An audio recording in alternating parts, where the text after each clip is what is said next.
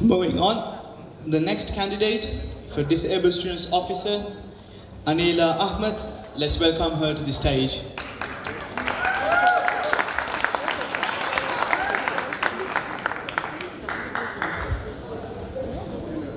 Okay, Anila, if you go to the microphone. Okay, and your 2-minute opening speech for the role of Disabled Students Officer starts now.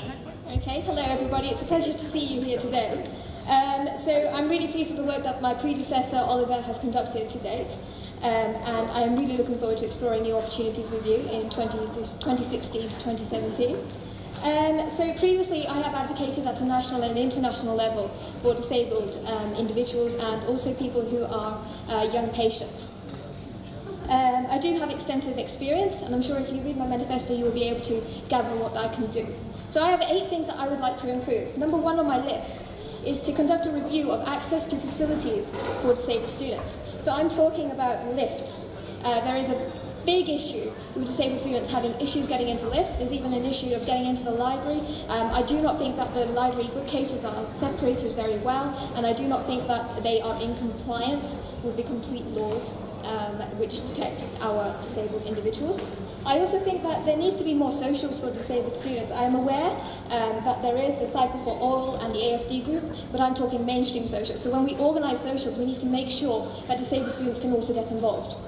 I would also like to plan a freshers meet and greet session, and I would like to follow this up with social games and dinners so that they have a support network that they can refer to. And I would like to make sure that there is a clear-cut strategy so that if anyone has any problems or wants to approach me, they can come up to me and they can actually discuss this. I would also like to work with a disability team. I think that the LSPs are not adhered to by lecturers and that they are not implemented correctly. Some lecturers don't even read them, and we can get victimised as a result of this. And I would also like to make sure that the recognition of invisible disabilities is also highlighted. So I would like to work on this with the campaigns officer and also the welfare officer. I do think that a review needs to be conducted of a Bradford student health service. I do not think that the service is adequate and that it results... Okay, that's your 2-minute opening speech. Thank you. You've heard there for candidate Anila Ahmed for Disabled Students Officer. We'll now move to questions from the floor. Do we have any questions from the floor? Yeah.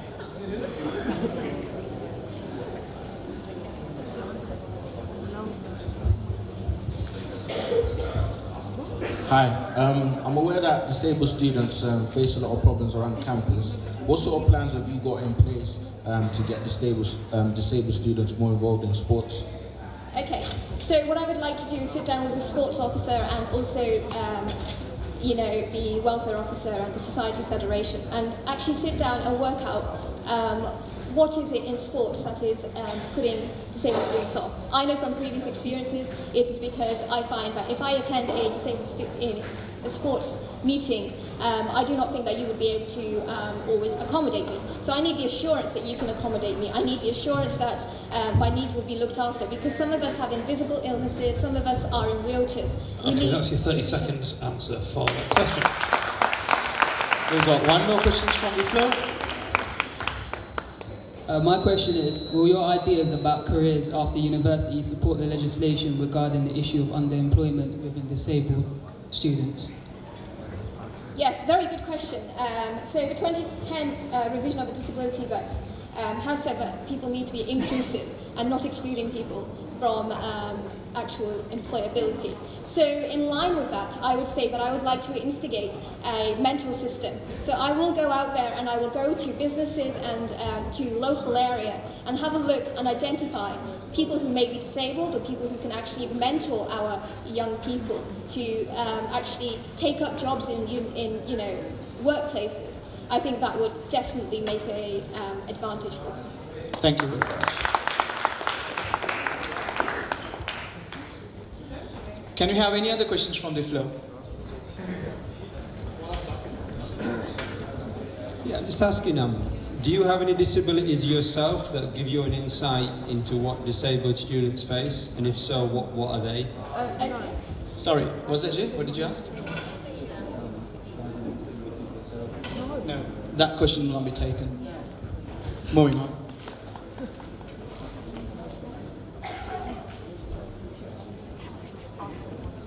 Can you expand a bit more what you meant by invisible disabilities?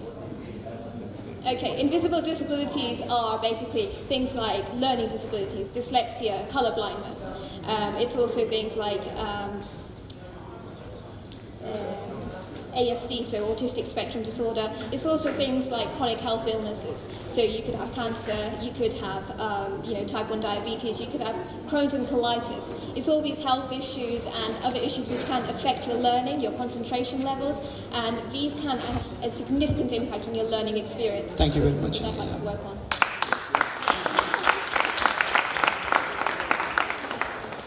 We've got one prayer and question for you.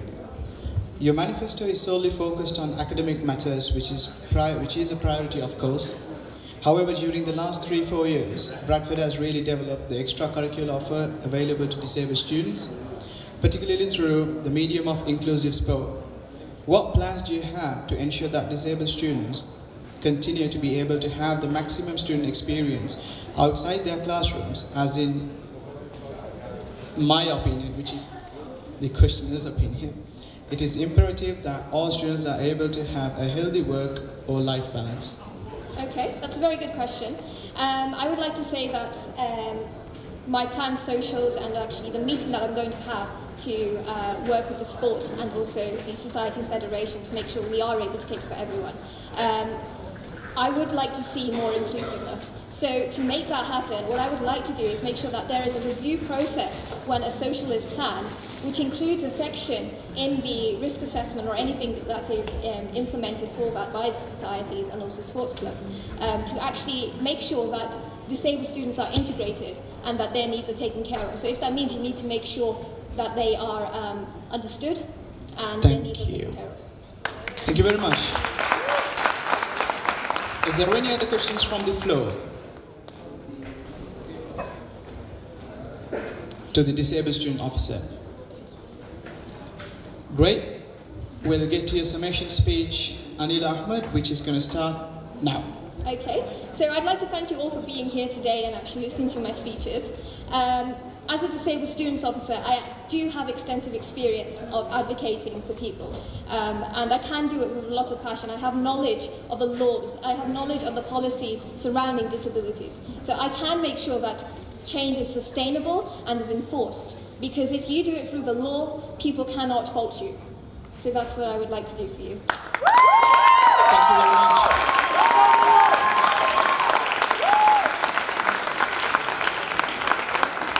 Let me pass it to Phil now. That was the closing speech there for the candidate for Disabled Students Officer. That was Anila Ahmed. You can vote for that position and all of them in next week from March the 8th to March the 10th on ubuonline.co.uk/elections. We can also listen back to all the hustings, see the manifestos and lots more. The last role of the evening will be Sports Officer. We'll be taking a short break before we get that for a chance to go and get something to eat, drinks, go to the loo, whatever you fancy doing in the next 5-10 minutes. Then we'll be back for the role of Sports Officer, which will round off today's hustings. We'll be back very shortly, live in Student Central, on Ramair, on Periscope and of course on YouTube. Thank you. Welcome back to UBU Elections Day 2 of Hustings, live in Student Central on YouTube, on Ramair and on Periscope. If you would like to take your seats, we'll be resuming for the final questions for the evening, which is for the role of Sports Officer, with candidates Rob Hartley and Siji Akinlusi. If you could both head to the stage, please. Reminder that there'll be a 2-minute opening speech. There will then be questions to all candidates with a 30-second limit and then a 1-minute summation speech. I'll pass it to Hasmin, who'll be able to give you more information on all these roles. Thank you very much.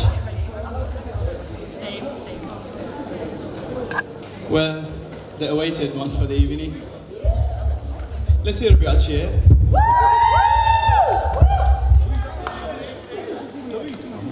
Great.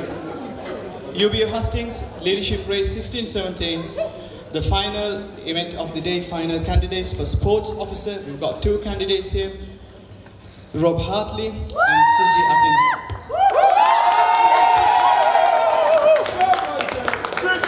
We'll start off with Siji's opening speech for 2 minutes, which is going to start now. Okay, cool. Some of you might know me, some of you don't. I'm not going to talk about my manifesto plans. I'm not going to talk about manifesto points, but what I'm going to do is I'm going to break it down into 2 different areas. These are diversity and engagement, and also inclusivity. Diversity and engagement.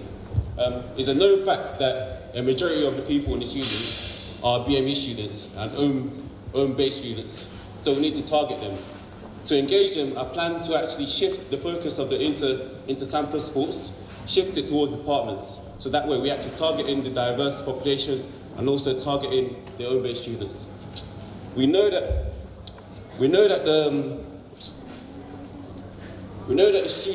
these students don't compete for Team Bradford, and we also know that they don't compete on campus. So what we need to do is bring them back. Okay, cool. My other plans is to also reduce them, provide an alternative for the yearly gym membership they're currently on, and also provide a monthly alternative.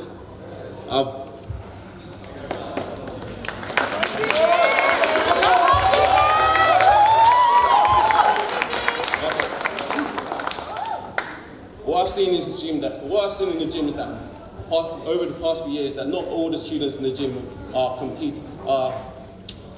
students. What I've seen is that the gym is not only used by competing students, but it's used by students in general. Not all students are willing to pay £150 and £100 for a gym membership. What we need to do is provide an alternative, provide a cheaper option. And moving on to my next point, inclusivity.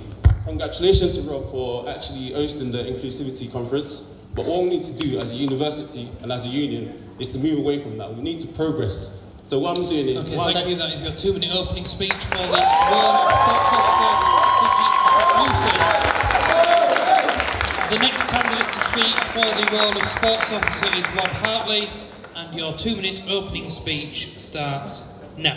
Hi, my name's Rob. I'm the returning officer, and I want to stand again. This year we've done more than we've ever done in the worst financial difficulty we've ever had within sports.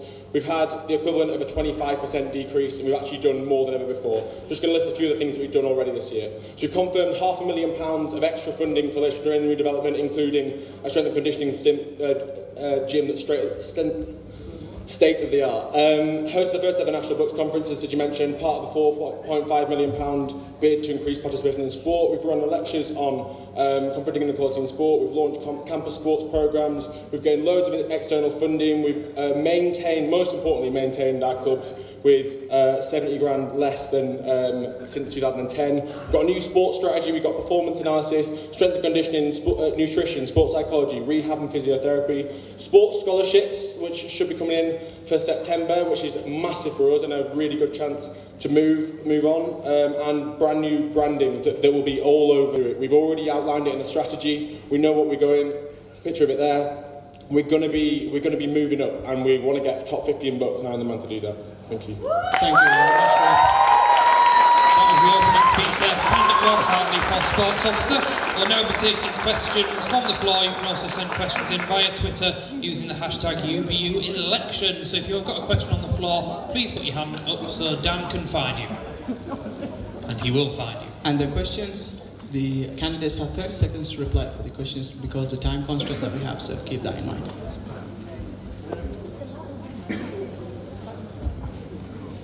Hi guys. There's this feeling that societies and sports teams are, there's a divide that's apparent. So looking into the next year, how do you guys look in developing and improving that relationship between sports teams and societies? Because for myself, I do run a society now, and I can see this clear divide. So what clear strategies have you guys got in place to tackle this issue? Thank you. Rob, could you answer that firstly, please? Absolutely. Definitely, it's something that we need to work on. We started it at the beginning of this year. I'm going to be honest, it wasn't at the top of my priority list, and that's probably wrong. I'll be honest with you. It's something that we definitely need to do. In terms of our campus sports programmes, it's something that we really want to target societies to get involved in that. But at the same time, we can really make sure that sports are getting engaged in the societies that we have. So we have an incredible range, but we don't actually do anything with it. There is some crossover, but we don't promote it. So yeah, we need to work closer together. That needs to happen top down, but also bottom up. So if okay, we that's are... your 30 seconds. And Sidji, please. Come on, Sid. Okay, Okay, cool. One thing I'm looking to implement this year is the Society Equality Mark Scheme, and this is based on giving sports team a team of the month, basically. I'm using different criteria to actually assess their performance during the year. This is performance, the engagement with societies, which is important because that's the question you asked. The engagement with societies, their charity work, and also their committee governance. So this provides the clubs the incentive to actually engage with society. Thank you, that's your 30 seconds. We've got another question on the floor.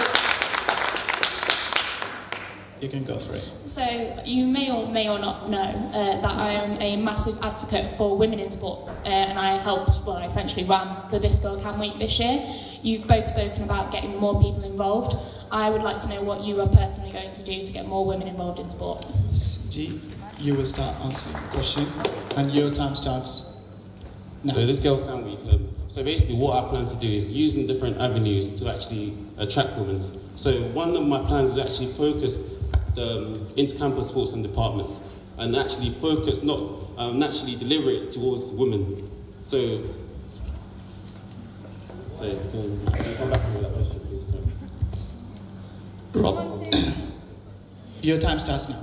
Yeah, it's something that we've already been focusing on. It's something that we definitely need to focus on more. We're already looking at faculty sports reps. We've already got women's sports reps. It's something that we need to focus on a hell of a lot more by actually making sure that our women's officer and our women's forum work with sports and vice versa. But it's definitely something we need to work on, yeah. Thank you, Rob. Do we have any other questions from the floor? Well, there is a few. This guy's going to go for it. One in the front. Yeah, you're right, fellas. Basically, I've been involved in sports this year. I play football for the men's first team, and we've had a lot of issue with transport. And you've talked about how you've had a lot of funding this year. Basically, from last year to this year, we've cut down on half the teams. Basically, we've cut down to 2 teams from 4 teams, and we're still having problems with making transfer count. We've been getting taxes everywhere, and it's really been an issue. What are you guys going to do to correct this year? Okay, Rob, if you could tackle that firstly, please. 30 seconds really isn't enough to talk about this. We've got extra funding, but we've lost £70,000, so that's a quarter of our budget, which is why we've had to do that.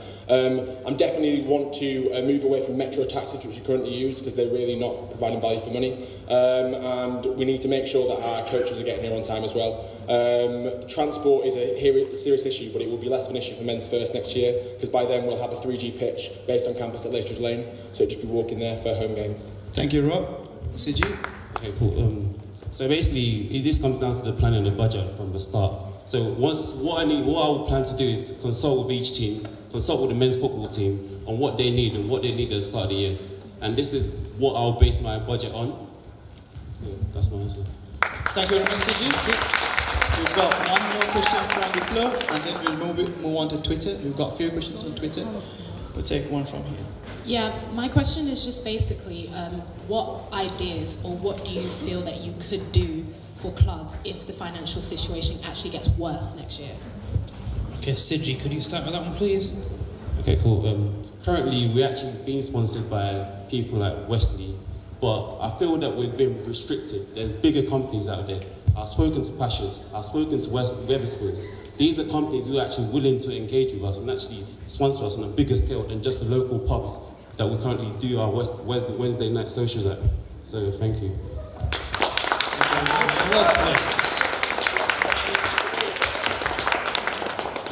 Okay, be honest, those kind of sponsors aren't quite going to cut it. We do need a hell of a lot more than that. We need a minimum of 25, 30 grand. For the past year, I've been in talks with companies like KPMG, PwC, companies that are actually going to make a serious difference in funding sport. That alone still isn't going to cut it. We're going to have to look at how we fund sport and what people actually commit to it, the clubs that we've got and what we can offer, because at the moment it's not sustainable.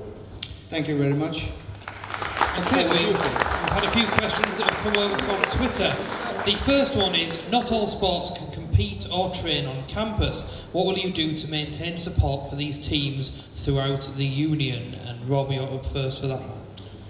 It's something that we kind of like, it's a tick box exercise. Once we've kind of organised transport and fixtures that they're kind of forgotten about, we need more one-to-one work with each individual sports team. This year I've looked at a much bigger scale to make sure that we've got the resources and infrastructure staffing to be able to cope with those teams. Next year, if I am re-elected, we've now got the extra member of staff, we've got the facilities coming, so I'd be looking to really work individually and make sure that they're there and try and come to as many fixtures as possible on Wednesday and other days. Okay, and Siji, please. The problem with these clubs is that we're struggling to find engagement between people who are not willing to travel that far to these facilities. So basically, what we need to do is gather the people who are actually interested in these sports, and take the statistics and actually approach the union, approach the university, and demand more money, demand more from the university to provide facilities on campus. Thank you very much, Siji. We've got one question from the floor, and then we'll move on to Twitter. Hi, so you both in your manifesto mention improving sports facilities on campus. I just want you both to expand on what are your plans for improving the sports facilities. And Siji, please. As some of you may know, there's already new facilities coming next year. So these are actually, my manifesto, I said assisting new facilities. So these are already established, these plans are already being made. So thank you. Thank you, Siji. Rob? Yes, we've got brand new facilities coming next year, but it's still substandard. It's still below where we need to be. We need to be, unfortunately, the university isn't going to 100% fund our sports facilities, so we need to look at partner funding, look at national governing bodies, look at local authorities, look at external funders. That's the only way that we're actually going to get serious change in our sports facilities. We need to look, first of all, at the sports that are going to get the most amount of people involved, and then go from there. Thank you, Rob. Before we move on to another question from the floor, I've got a pre-written question with me. All students involved in a sports club society must have gym membership. How are you going to ensure that doesn't put students off getting involved because that they have to pay money? Is that me first? Yes, you are. Okay, that's where kind of campus sports comes in. The idea behind campus sports is that it's a social sport program. You don't have to commit and you don't actually have to have a membership. You just pay slightly more to join. It gives you the opportunity to still engage at the price that it would be to join a society. So that's where, unfortunately, with sport, the kind of the maintenance cost is a hell of a lot more than society. So we have to charge that much. Thank you, Rob. CG? Can you repeat the question? All students involved in a sports club or society must have a gym membership. How are you going to ensure that doesn't put students off getting involved due to the fact that they have to pay money? Basically, my plan for, if I get elected, my plan is to implement a monthly basis payment scheme. So that way there's a flexible and more cheaper alternative to the actual yearly £150 and £100 that are currently being paid at the moment. Thank you very much. Moving on to a question from the floor. Hiya. You talk a lot about how making sports more diverse and bringing more women into sports and people of different ethnicities, but I find that sports obviously bond a lot over their socials, and socials are majority alcoholic and like people just drink. And so I feel that puts a lot of people, I talk to a lot of people as a president of netball. I have a lot of girls who want to come and join netball, but they feel that when they come in they can't bond with the rest of the team because they bond on Wednesday nights, socials by drinking, and it's late at night as well. And how do you plan to cover that? Because I feel like we've been talking about it like a lot recently, but no one ever does anything. And so how do you plan to do that for the future? CG, we'll be taking that question for you.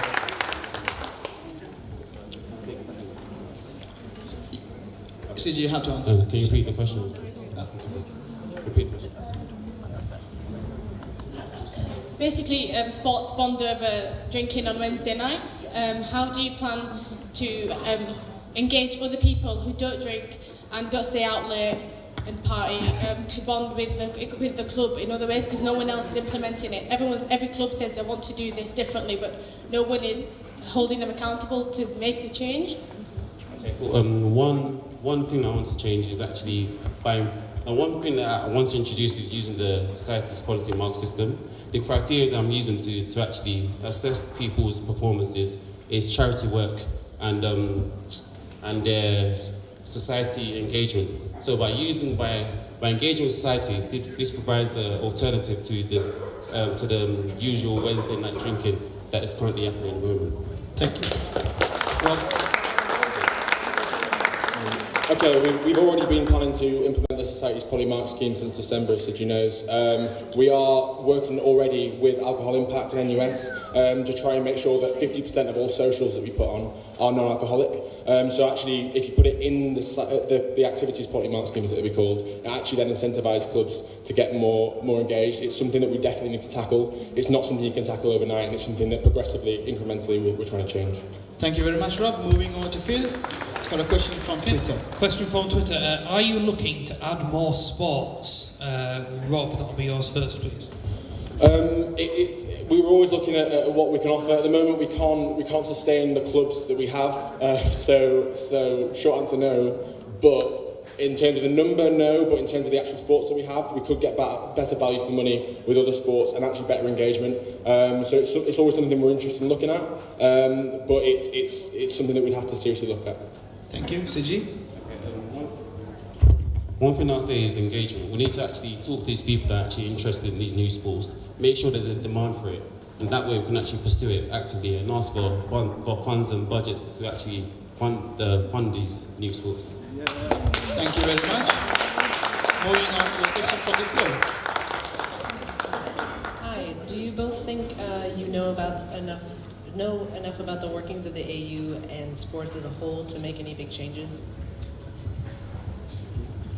Sidgy, that's you first. Okay, I'm not going to lie to you. My knowledge on AU is limited, but personally, as an former ACS leader, I've been in a leadership position. I've led team up to 9 people. So AU's got what, 6.6?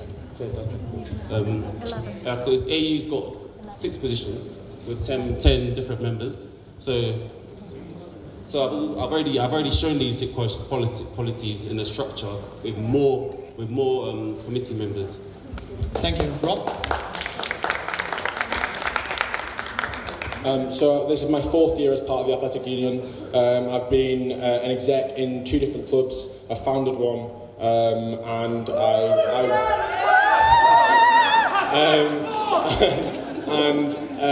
I honestly think that I know the most about sports of any student that's still here, and I've been here the longest that's engaged in sports.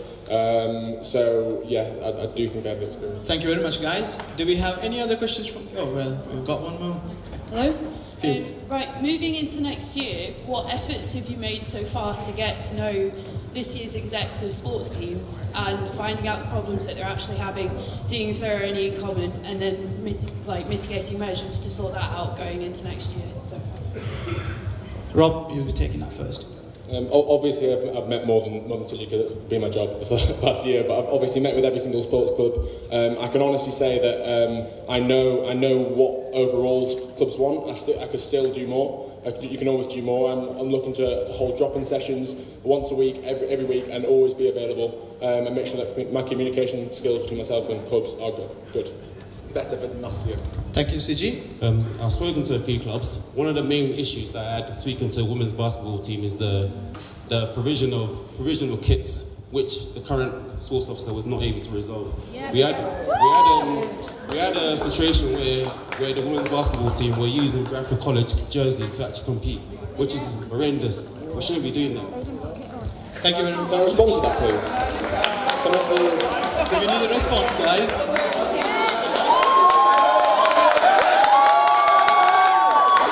You can do. Thank you. We don't have the funding for that. I've told the club we've actually managed to get varsity kit that will actually be coming in time with varsity. I mentioned it in the meeting that you guys were there. It will be there. It is too late, I agree, but at the moment we don't have the funding. If you want to engage, please do.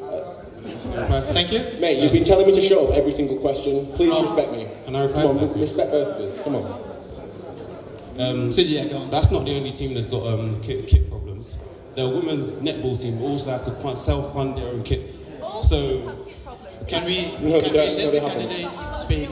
Can we let the candidates speak? Thank you. Sidgy, you've got a response. If the sports officer was actually doing his job and dealing with the fundamentals of a fully functional club team, this issue should have been resolved already. Okay, respond to that, please. Rob, sorry. Come on. Because that question? Okay, go on. Come on. The reason that this year we haven't had the funding to do that is because we're saving up to get unified playing kit. So we've already got the designs that we've had a Surridge working group. We've got designs for a fully unified athletic union kit, which will be coming out by September. That's why they haven't had the funding, and I've told everyone that. So we'll actually have it, and we'll actually look unified for the first time ever.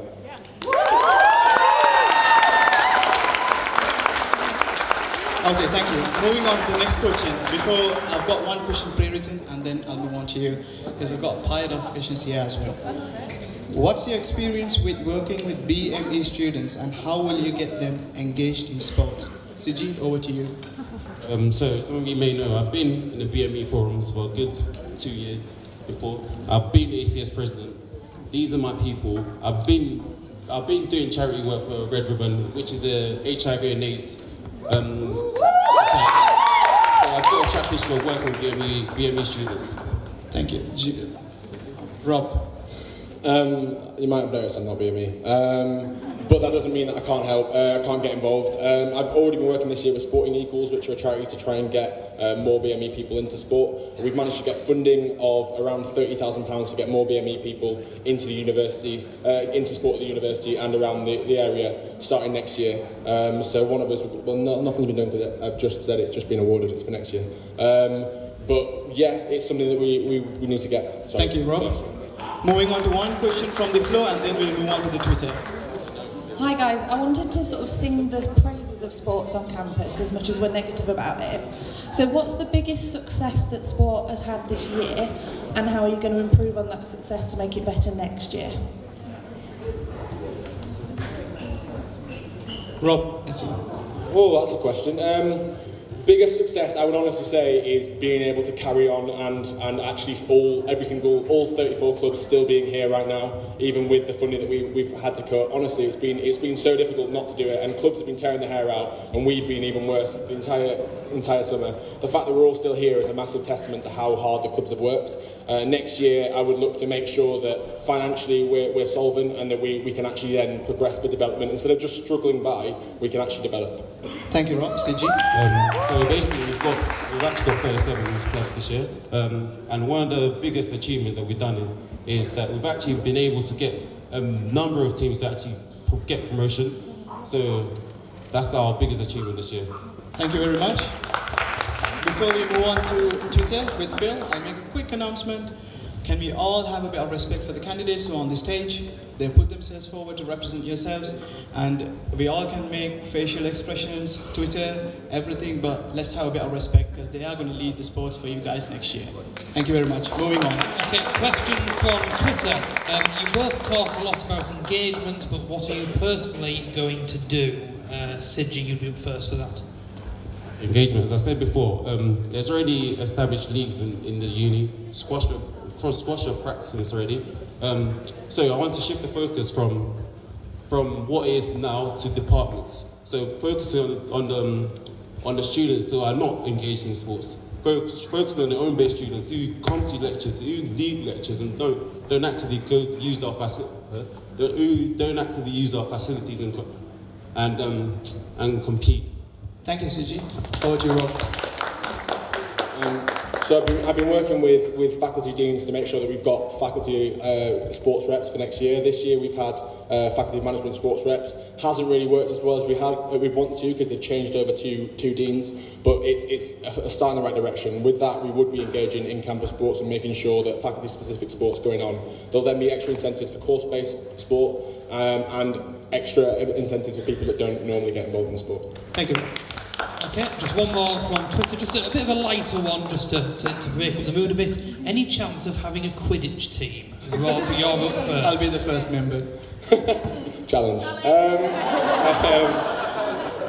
I'm too overweight for Quidditch. I would love to play Quidditch. I think if we funded that at the moment, I'd get lynched. But yeah, it would be quite fun. I'd like to try it at some point. Intramural lads, are they here? Maybe for intramural.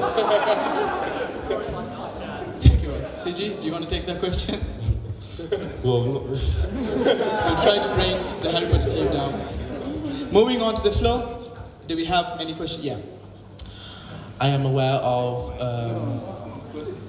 events in which people who are nervous or are new to a prospect of playing sports for the first time, how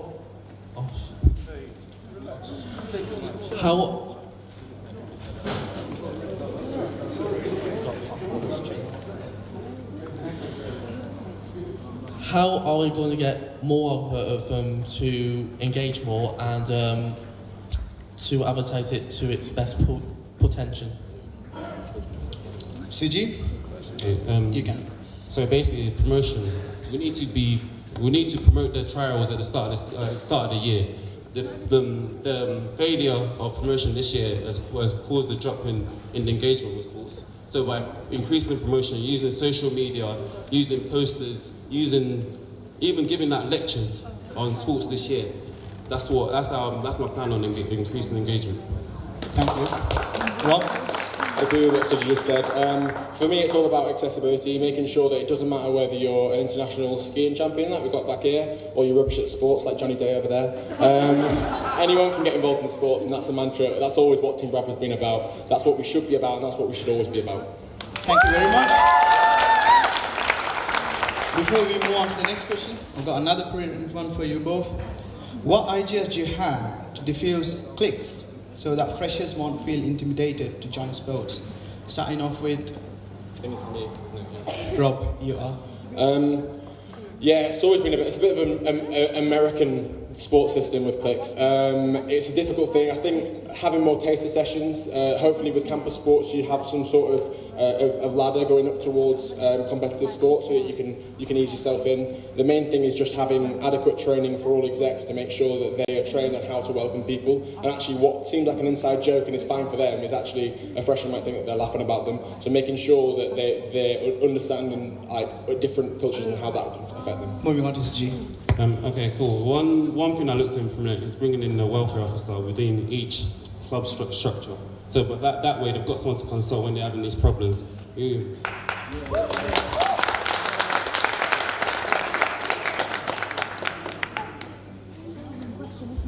Thank you very much. Moving on to the next question. Sorry.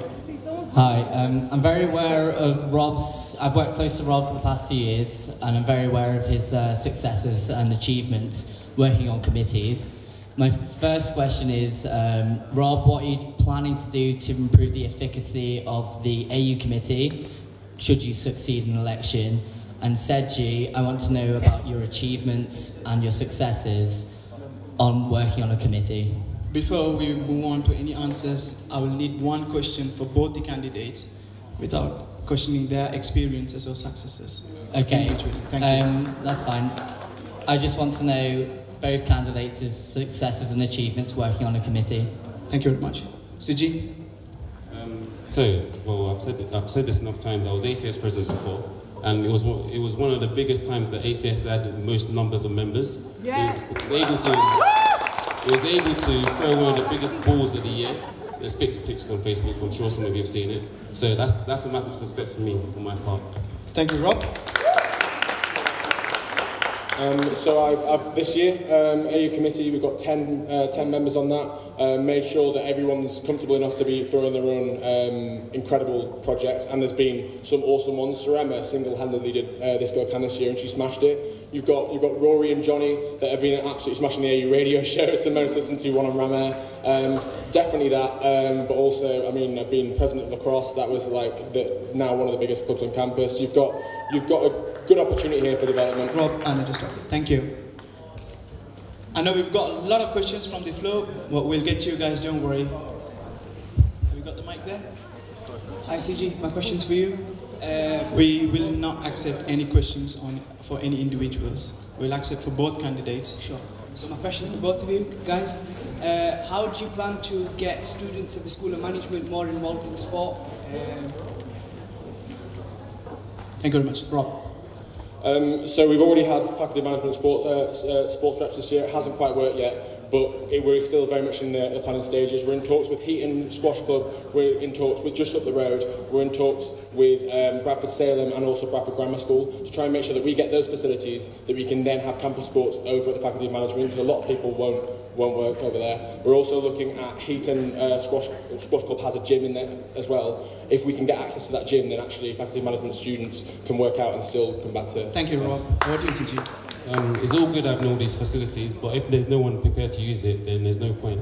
First of all, what I'll say is increase the engagement with school management students. We need to actually actively go to school management and demonstrate the different sports that we have on campus. So using the spaces actually in school management, having a demonstration day so that people can actually see the kind of sports that we have on offer and actually engage themselves and interact with it. Thank you very much. Before we move on to the next question from the floor, I will have to move on to Twitter because we are speaking about inclusivity, diversity. Hasmin, how many are left? How many questions? We've got a lot more, don't worry. We've got men's basketball first, are currently playing the semi-finals. Okay, we'll try to get through this. Okay. Thank you. One question from Wouldn't Twitter. happen if we're on a Wednesday. One question from Twitter. How do you plan... One question from Twitter. How do you plan to engage students who feel put off because they are not fit enough or good enough? Sidji, you're up for that one first. Repeat that, I was talking to them.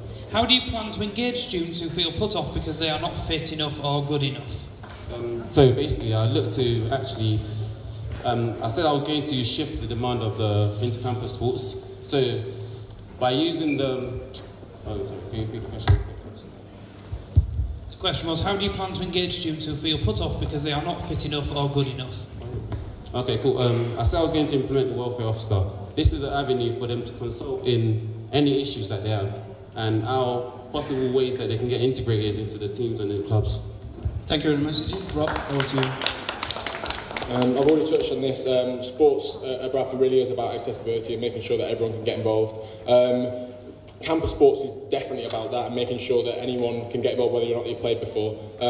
I think it's just making sure that if we can put money into the development of extra student coaches, then we can actually have development sessions alongside the performance centres, so we can have a team session and a performance session and a development session. It just means that people that have never played before can really get involved too. Thank you, Rob. We've got one question from the floor. Great manifestos, guys. I'm sure you're aware of the strength and conditioning importance to clubs like American football and rugby. So what are your plans to improve the weights room in the gym? Because I heard from your manifesto, Rob, specifically that you're planning to transform the room, which, a few of our lads like myself aren't too happy about. So, we're not planning to. The reason that we're planning to do that is because we're going to have a state-of-the-art strength conditioning room with brand new weights over at Leicesters Lane. So actually, we're putting £70,000 into that, which is going to be phenomenal. And it's going to rival that of Loughborough and other unions. I think. Can we have a follow-up question? Is that right? Yeah. And what's the cost implications of that? So absolutely nothing to you. That's the part of the £500,000 of external funding that we managed to get for that facility. So that's doing turning the squash courts into that strength conditioning room. We've got performance analysis room. We're going to have tennis courts and we've got a football pitch as well. Thank you. So as Rob said, we're getting new facilities. But what we need to do is actually talk to the students and see what they need in the gym. We don't need to just act upon instincts. We need to actually consult with the students to see what's needed, what kind of gym equipment they actually need, and actually take action. Thank you, Mr. Jim. Dan, can we have the next question, please? Developing on my previous question before, I know that we've got rid of colours ball. I mean, the collaboration between sports teams and societies, and I thought that's a big loss. And communicating with my members, we thought that's a big loss, and the ticket prices haven't been compensated. So, a direct question to both of you guys: what big event or what sort of plans have you got to make sure that we've got some sort of occasion that societies and sport teams can come together? A big event, yeah. Sidji, you have to tackle that first. Personally, on my opinion, I believe that societies and sports should not be split based on.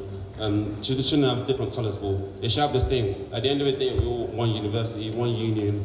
We all Team Bradford. We should all be able to come at the end. We should all be able to come and celebrate our achievements throughout the year.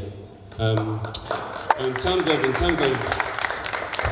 of venue and location, currently the previous problem was actually being able to increase demand on society's side. So why don't we just get a bigger venue that can accommodate? I have to cut you down. Rob? Okay, so I was vice president of the athletic union for 2 years, so I organised colours ball.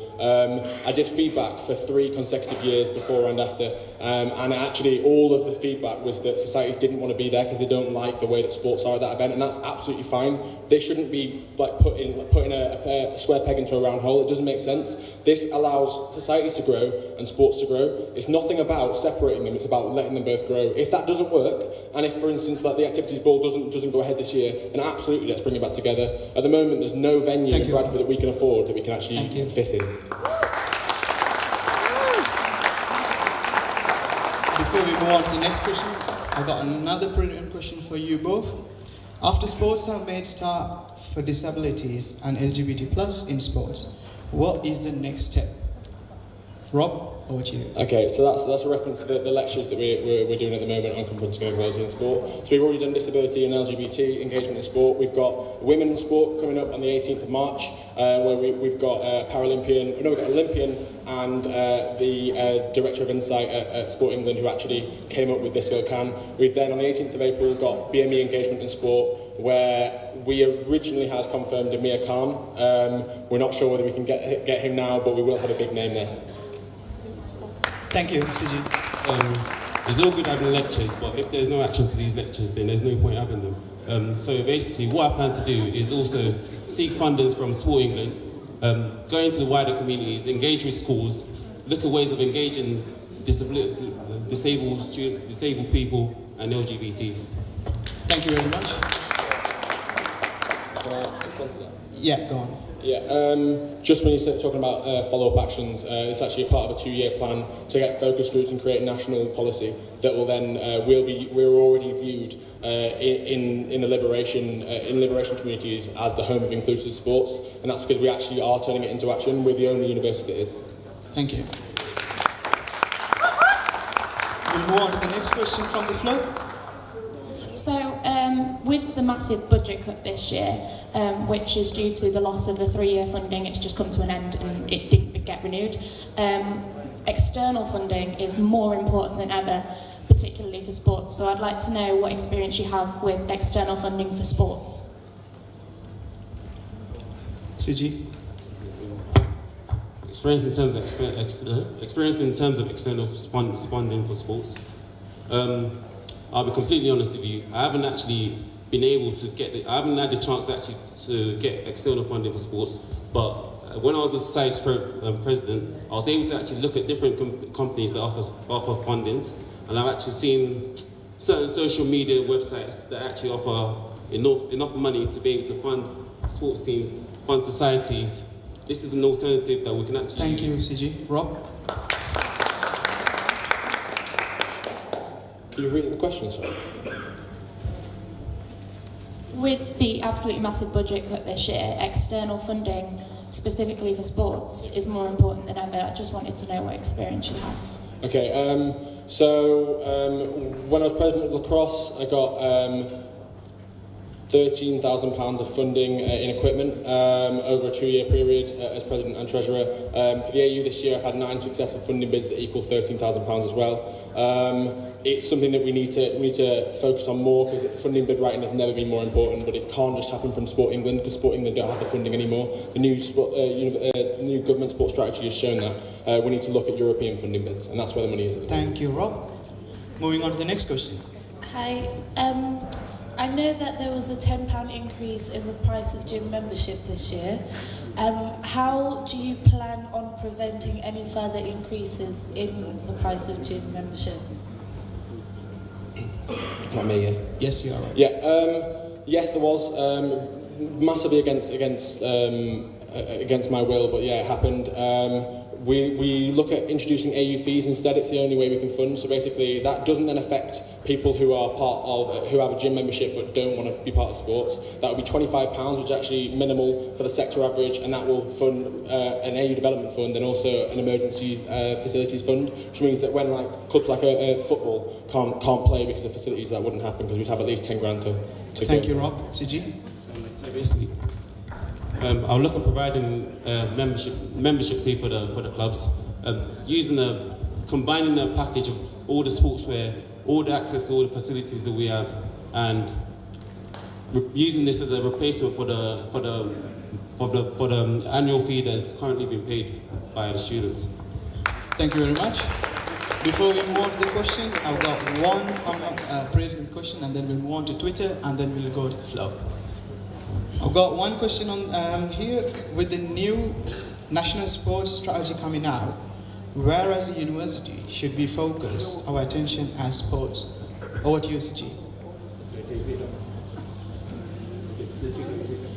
With the new national sports strategy coming out, where as a university should we focus our attention as sports? Yes.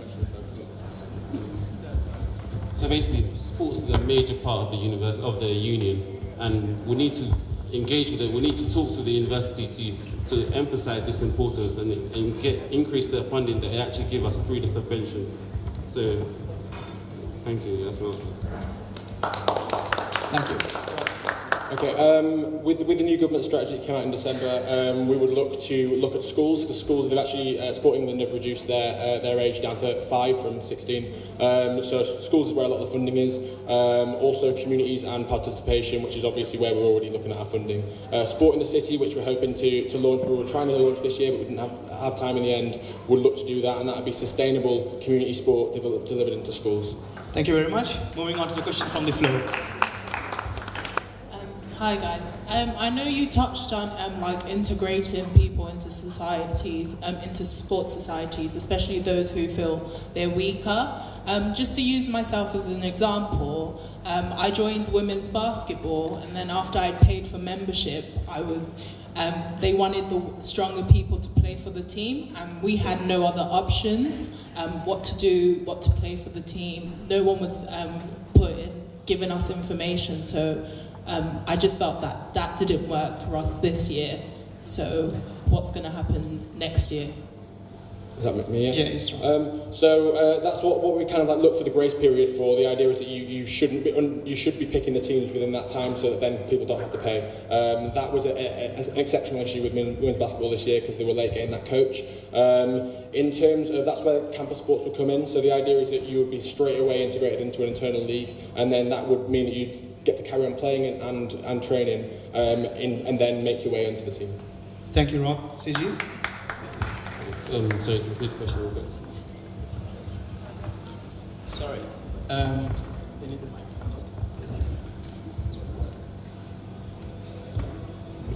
We're just getting that question repeated. You're listening to UBU Elections Day 2 Hustings, currently quizzing the candidates for sports officer. It was just touching more on integrating weaker players into sports, because I felt it wasn't dealt with this year. How is it going to improve next year? Okay, so basically what I want to do is increase the trial period that we currently have at the moment. I feel the trial period that we have is too short for you to find the perfect fit for your team. We also need to expand the extra hours that are given to casual members that are not actually competing. So that way we can actually spot the people that are not members but want to compete. Thank you, CG. Rob. So in terms of just an answer to that question, this year, the reason that we have time for campus sports is because I volunteer every single Sunday, 5 till 10 at Unique. That's the reason that our basketball are allowed to train, our netball, hockey, it used to be rugby league, they don't do this session anymore, athletics as well. That's the reason, it's only going to happen from volunteers. Thank you. Moving on to, we'll take 2 more questions from the floor, and we will be calling it a day because we've got some other commitments from basketball, semi-finals. Thank you. Hi. Yeah. So, as you know, as a uni, we have been trying to improve on mental health, especially, which has been something quite important to us as students, especially at this age.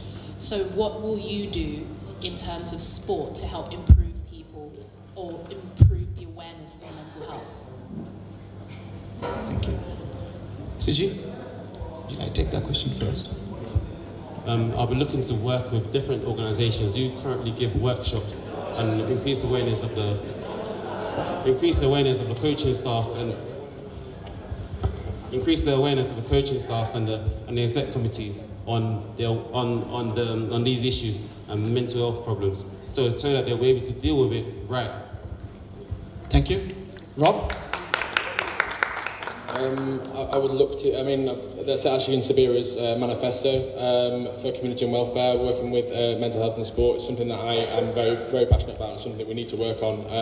Something that we have done limited amounts on this year, especially with the charity Minds and Student Minds. It's something that other unis are already doing. I'd look at universities like York, who are doing incredible work in mental health and sport, and basically pinch their ideas and implement them into practice. Thank you very much. We were moving on to our final question from the floor. And we've got one on Twitter, and we will be going to watch our semi-finals of basketball. The semi-finals are great, but the students are priority. So this year was meant to be our focus on the Bucks page. The British Universities and College Sport. It was meant to be this year for Bradford, to be the focal point, I believe. Can you just explain that? What do you mean? So you know Bucks, right? I'm the regional chair of Bucks. So. Right. So Bradford University. I wasn't going to be rude. I'm sorry. No, that's fine. Totally fine. So Bradford University was meant to be the focal point of, on the main page, we're meant to be the focal point of Bucks. No, but I didn't hear anything about this. No, so that was last year. So last year we were one of the week.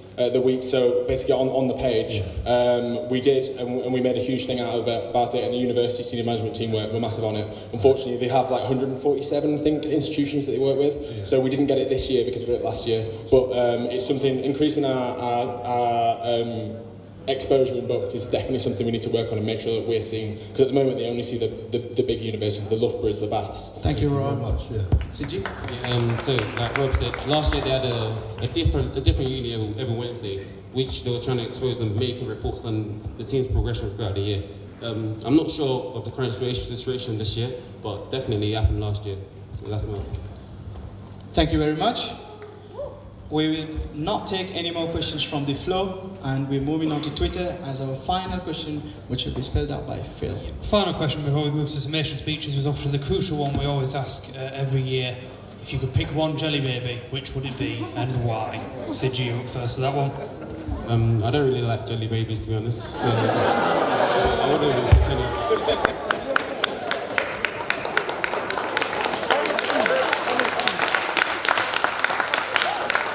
Rob? I think if I pick any colour apart from red, I might get shot by these guys, so it has to be red, of course. Thank you very much. Do we have any other questions from the floor? Can we have your hands up? I'm sorry, we're not going to take any more. That's it for the day. So we're going to move to summation speech. We're going to get to summation speech. Rob, do you want to get your summation speech, which is going to start 3, 2, 1, now. I'm currently the most experienced candidate in sport. I feel like I've got the vision, I've got the direction. We've written the strategy. I really want to be here for the first year, because in that we want to be driving participation throughout all of Bradford and West Yorkshire. Currently we sit below the national average, and we really need to work on it because it's a serious issue. Health in the city is a huge problem. We want to be top 50 in Bucks. I personally don't believe we can't do that this year without me as sports officer, because I have the vision, I have the direction. I know what we're doing with performance sport. I want to make sure that there's a provision for every single person. We're looking at sports scholars. They're going to get us a bag of points. We're about to find out whether Emily's got any points for competing at the nationals for skiing today. So we want to expose that and make that a huge thing. We have incredible athletes currently competing, and it's something that we need to showcase. And I want to get a presence in sport in every single building on campus, and that's what I promise if you'll let me again. Thank you very much.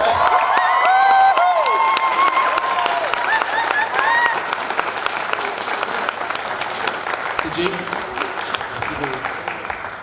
your time starts now. I've given all my points, and as we know that there's a massive budget cut this year, and as an accounting and finance student, I know this is my area. I can work with budgets, I can deal with cuts, and also I'm not saying I'm better than anyone. I'm just trying to bring my own twist to the role. So thank you if you vote me. Thank you, vote Siji.